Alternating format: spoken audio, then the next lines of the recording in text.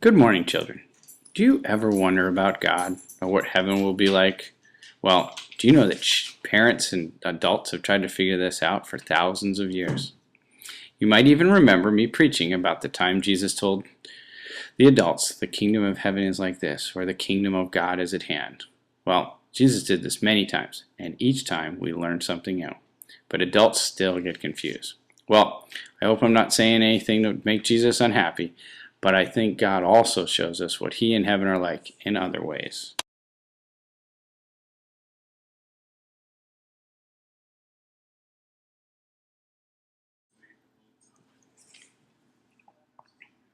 Let me tell you a story from a long, long time ago. You know, when those really big kids in the high school were 5, 6, and 7 years old, like many of you are now. There was a small town that had several wonderful churches. The kids played all sorts of sports. Parents took their kids to the theater in the big city nearby. There were coffee shops next to coffee shops. The kids walked and rode their bikes to school, and families tossed balls with dogs in their park. And there was just about everything you could ever imagine wanting. Things were just about perfect, but it wasn't heaven. And during this time, there was a new family that moved into town. Now, this family was just like everyone else. The children were like every other family. Sometimes they liked their dinner, sometimes not. The children argued on some days and played together others. Most days, the children played with their friends. No matter the situation, though, Mom and Dad tried to teach their children new things every day. And sometimes the children listened, and sometimes they didn't. But all the time, the mom kept learning. She watched her children and other children growing up, and along the way, she learned a ton about being a parent. She also had a habit of saying a prayer for help for all the children she ever met. Some needed prayers because they were really sick. Some needed prayers because they were struggling in school. Some needed prayers to learn about sharing or speaking up, or whatever. Some she prayed for just because she cared. Now one day, she got an idea. She decided to build a boat. Who knows where she got this idea? Maybe she read it about Noah way back when. But whether she did or didn't, I do not know. And anyway, this boat was different than Noah's. This boat was for children and animals. And while I have never seen Noah's boat, I sort of get a sense that Noah's might have smelled and was sort of slow. Well, this lady was to have nothing to do with that. This boat was to be truly different and really cool. First, if it was clean and sparkling, and it would go really fast. Fast enough that she could wakeboard and tube and surf and do all sorts of fun stuff on it. But guess what? It even had a kitchen that you could make treats. Donuts were a favorite. And it had a movie theater, and Veggie Tales and Prince of Egypt were regulars. It had a music studio and an art room, and even had a basketball court.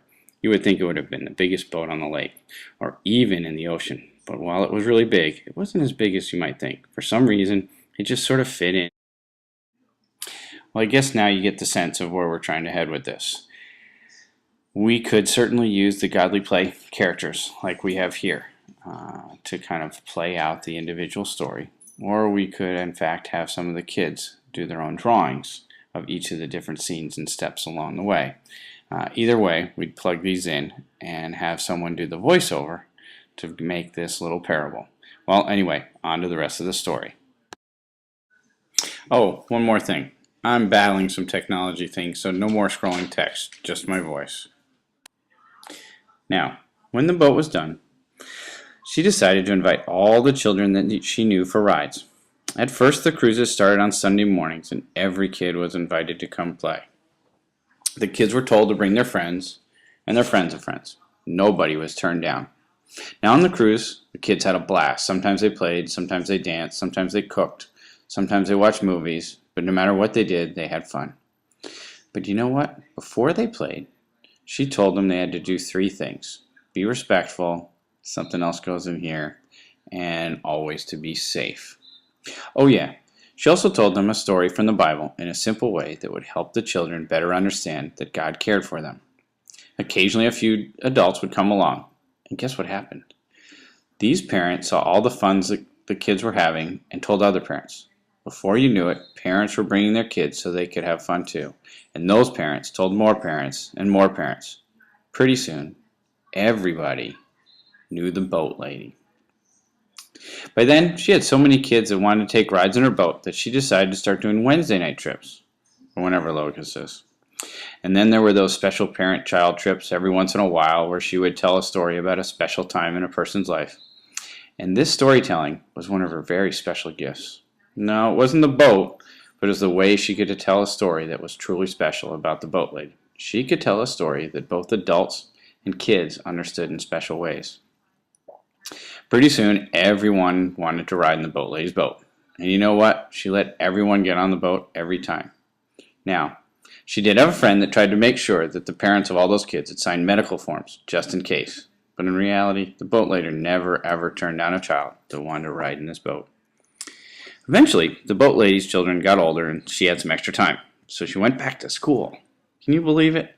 Yep, she went back to school. And guess what? She wanted to learn about being a boat captain. Well, I do not know how much she learned or not, but she learned all this fancy stuff about boats. She learned a new language using flags that they used to communicate between boats long ago. Now, this didn't help all that much, but it did give her an idea about what to name her boat. But I think she already knew a lot of the real important captain stuff. She already knew that some buoys were safe to travel by and others were not. She learned how to chart a course so well that she could even let the children think they were really steering the boat themselves. She learned how to teach others how to navigate, and the parents always seemed to be the most interested in these discussions. Now, despite all the charting and navigating and steering that was needed for each trip, she knew her real job was to make sure the kids had fun and were cared for. Now, after all that school, the boat lady also had some dreams of her own. You see, the boat lady loved all the children and all the parents. But in all her cruises around the lake, she knew that there were still other people that would like a ride in her boat. Well, she got another idea for a boat. She was going to build a new one for more kids and more parents. Now, the children were really sad to think that the boat lady might be leaving, and the parents were really sad also. But then she also promised to leave behind the boat she built for her special friends. And she promised to come back and asked if she would be allowed to take a ride on her old boat. All the children, of course, agreed and gave the boat lady big hugs and smiles, knowing that she would always be in their thoughts whenever they took a ride on the boat. So, children, what does this have to do with God and heaven are like? Well, children, you see, heaven is a place where everyone is welcome and accepted, just like the boat lady's boat. And God is a person that wants to make you smile and loves you unconditionally, just like the boat lady did. So, children, when you grow up, remember this. Be sure to say a prayer of thanks to God when a special person like the boat lady comes into your life. And remind your own children to say,